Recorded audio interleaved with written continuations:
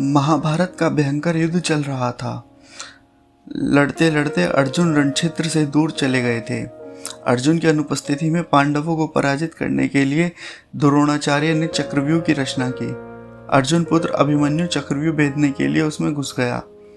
उसने कुशलतापूर्वक चक्रव्यूह के 6 चरण भेद लिए, लेकिन 7वें चरण में उसे दुर्योधन, जयद्रथ आदि 7 महारथियों ने घेर लिया और उस पर टूट पड़े।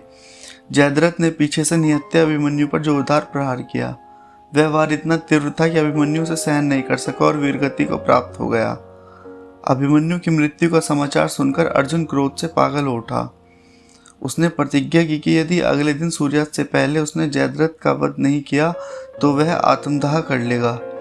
जयद्रथ भयभीत होकर दुर्योधन के पास पहुंचा और अर्जुन की प्रतिज्ञा के बारे में बताया। अर्जुन उसका भय दूर करते हुए बोला, चिंता मत करो मित्र, मैं और सारी कौरव सेना तुम्हारी रक्षा करेंगी। अर्जुन कल तुम तक नहीं पहुंच पाएगा, उसे आत्मदाह करना पड़ेगा।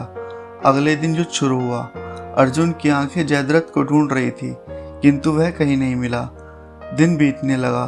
धीरे धीरे अर्जुन की निराशा बढ़ती गई। यह देख श्री कृष्ण बोले, पार्थ, समय बीत रहा है और कौरव सेना ने जयद्रथ को रक्षा कवच में घेर रखा है।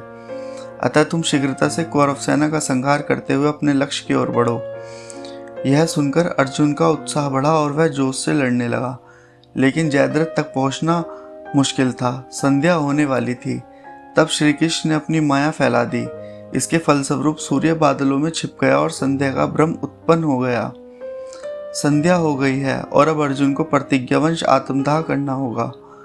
यह सोचकर जयद्रथ और दुर्योधन खुशी से उछल पड़े।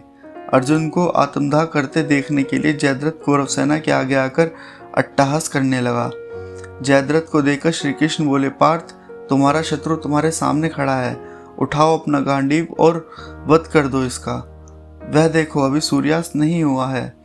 यह कहकर उन्होंने अपनी माया समेट ली। देखते ही देखते सूर्य बादलों से निकल आया। सबकी दृष्टि आसमान की ओर उठ गई। सूर्य अभी भी चमक रहा था। यह देख जयद्रथ और दुर्योधन के पैरों तले जमीन खिसक गई। जयद्रथ भागने को हुआ, लेकिन तब तक अर्जुन ने अपना गांडीव उठा लिया था।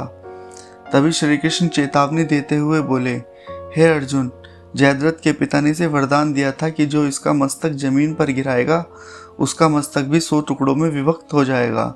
इसलिए यदि इसका सिर जमीन पर गिरा तो तुम्हारे सिर के भी 100 टुकड़े हो जाएंगे। हे पार्थ, उत्तर दिशा में यहाँ से 100 योजन की दूरी पर जयद्रथ का पिता तप कर रहा है। तुम इसका मस्तक ऐसे काटो कि वह इसके पिता की गोद में जाकर गिरे। अर्जुन ने श्री कृष्ण की चेतावनी ध्यान से सुनी और अपनी लक्ष्य की ओर ध्यान कर बाण छोड़ दिया। उस बाण ने जयद्रथ का सिर धड़ से अलग कर दिया और उसे लेकर सीधा जयद्रथ के पिता की गोद में जाकर गिरा। जयद्रथ का पिता चौंक कर उठा तो उसकी गोद में से सिर जमीन पर गिर गया। सिर के जमीन पर गिरते ही उसके सिर के भी 100 टुकड़े हो गए। इस प्रकार अर्जुन की प्रतिज्ञा पूरी हुई।